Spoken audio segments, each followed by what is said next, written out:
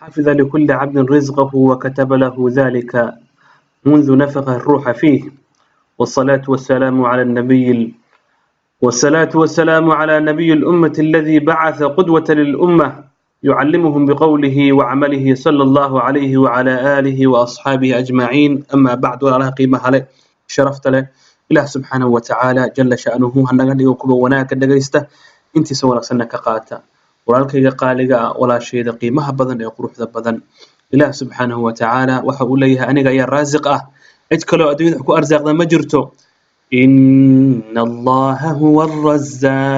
arrazaaq keliyata ilaahay baa raasiq ah bangiyada wax ma arsaaqaan bunuugta wax ma arsaaqaan wasaarada wax ma arsaaqaan madaxda wax ma arsaaqaan dukaamada wax ma arsaaqaan akoomada wax ma arsaaqaan suuqa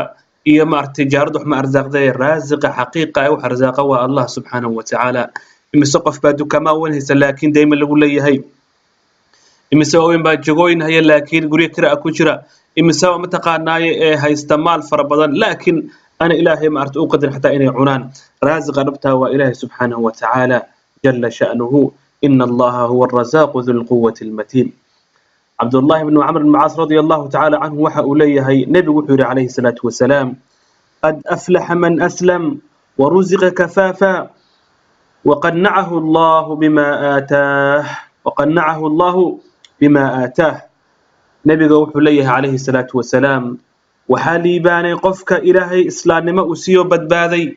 ونارتك بدباذي وإلهي اسكحري أيها لي باني إسلام كان إلهي وكو أرزاقات كفلا أرزاقات ير وصوصي فربضين لكن سووا كنوا ليهي أولي بإنت كليت مأهاني وقنعه الله بما آتاه إلهين أو قناعك سيي وحو ما أرت إلهي أقدري إن إلهي وحا أكسيي تقنع ذا قوت اليوم كذا شقد هذا أرزاقات هذا نور محمد كذا وأن مع إلهي سبحانه وتعالى إما السايا شقين يسا وإيغو العقل نشو ذا كبضا هايستا حدنا وحسير راذنيا حدنا ما أرت صلاته كتغيا haddana ilaahay ka fogaanaya haddana mashquulsan oo adduunyadu ma artay ay meel walba ma artay u galay darteed waqannacahu allahu bima aataah qofku inuu xalaal raasado waa loo baahan yahay laakiin inuu aakhiriisa u iloobo lama rabo ma artay qofku inuu maal fara badan jamciyana xayaatada saciidada ah ma nolosha macaan kuma jirto nolosha macaan waxay ku jirtaa qofku inuu ma artay ka shaqeeyo adduunyada laakiin wax xalaal oo isaga ku filan oo ka shaqeysto xataa hadduu ka helo wax intaa ka badan inuu sadaqaysto oo islaamka kale uu siiyo dadku waxa uu qabto qaraabadii ehelkii dadka maartay masaakiinta ee baahan uu ku caawiyo sidaas darteed waxa loo baahan walaalkayga qaaliga walaashayda quruxda badan inaad ogaato ilaah subxaanahu wa tacaala waxa uu ku siiyey inuu isagu waxa ku soo gooyay ku soo qoondeeyay uu yahay oo aad ku qanacdaa loo baahan yahay Allah subxaanahu wa tacaala jalla sha'nuhu wuxuu leeyahay arsaaqad insaan kama weydiisanin ma uriidu minhum min rizq وما أريد أن يطعمون إن الله هو الرزاق ذو القوة المتين إن الله هو الرزاق ذو القوة المتين نبينا وحوليه عليه الصلاة والسلام الحديث كلا النبي لقورنا نبي وحوليه عليه الصلاة والسلام اللهم اجعل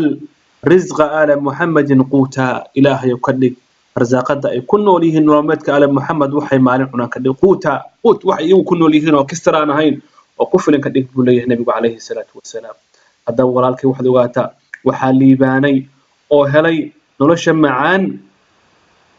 ليبان وحالي هذا مقع كل مية دمان وحك السوقف وجعل يهي وإسلامركا أرادينيو إسلامركا أنا كبد بادية وحلبا وكبقيا وكعفصنيو haddii uu qofku ka badbaado